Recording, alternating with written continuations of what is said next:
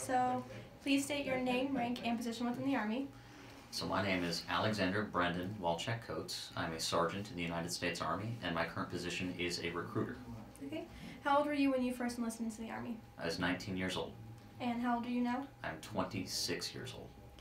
How often do 17-year-old citizens enlist into the military?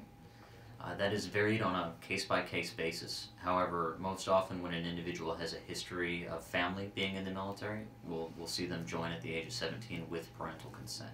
Okay. What is the cutoff age for joining the military? So there are two cutoff age for joining the military, the first of which is 17 years of age, again with parental consent.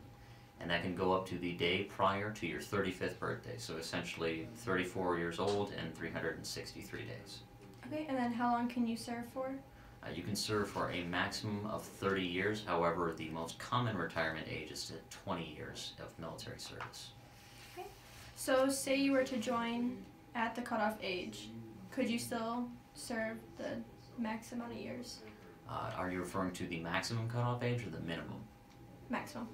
At the maximum cutoff age, yes, you are still considered eligible for retirement at 20 or 30 years, depending on your time of service. Okay.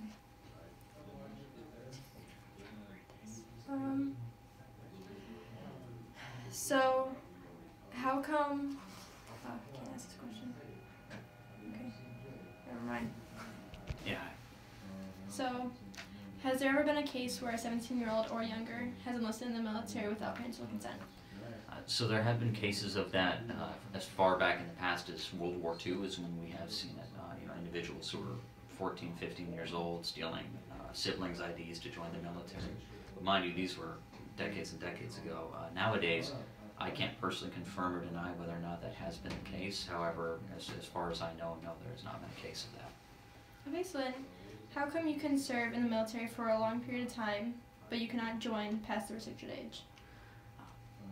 So you can serve for a long period of time in the military, up to a maximum of 30 years because of the retirement age on the civilian side, which is 65.